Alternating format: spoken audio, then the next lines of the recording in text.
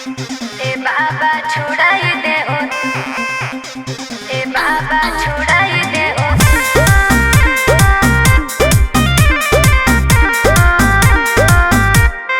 Vicky Vox.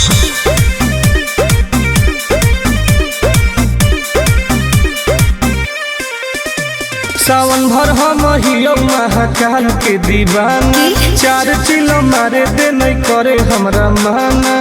हम महादेव के पुजारी है जा, हम तो होइए। सावन भर हम हियो महाकाल के दीवाना, चार चिलो मारे दे नहीं करे हमरा माना। बुझनी अरे छोड़ दे ही गांजा पियल, खाले फल ताजा। हमरा माथ पे हाथ धके कसम खो कि आज से बाबा के नाम पर हम गांजा नहीं पिएंगे। ना हम पिएंगे। ए बाबा छोड़ाई दे हो राजा से गांजा। हम नहीं छोड़ने वाले हैं। काहे नहीं छोड़ेगा? ए बाबा छोड़ाई दे हो राजा से गांजा।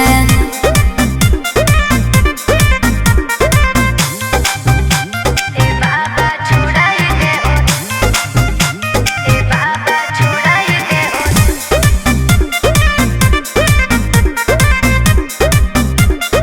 हे बाबा और सूझो है हमारा नहीं कवनो पैया, फिर नजर तनी गौरा के सैया। ए बाबा तनी ध्यान दे। ई है बाबा के परसादी गे, तोरा लगो हो बराबादी गे। हये है अरे बिगड़लो है बड़ी, सुधारे ले आजा। बाबा छोड़ाई दे हूँ राजा से गांजा। जब तक जिएंगे तब तक पिएंगे। गलत बात है। हे हो बाबा छोड़ाई दे हो राजा से गांजा।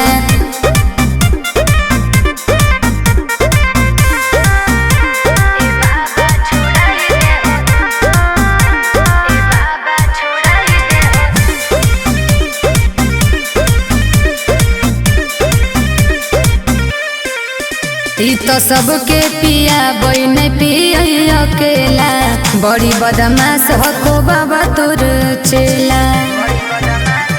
बात तक धइले हमर है दोस्त बड़ी खास गे, के है टुनटुना नंद प्रकाश उहे गे। तो बिगड़ले हो।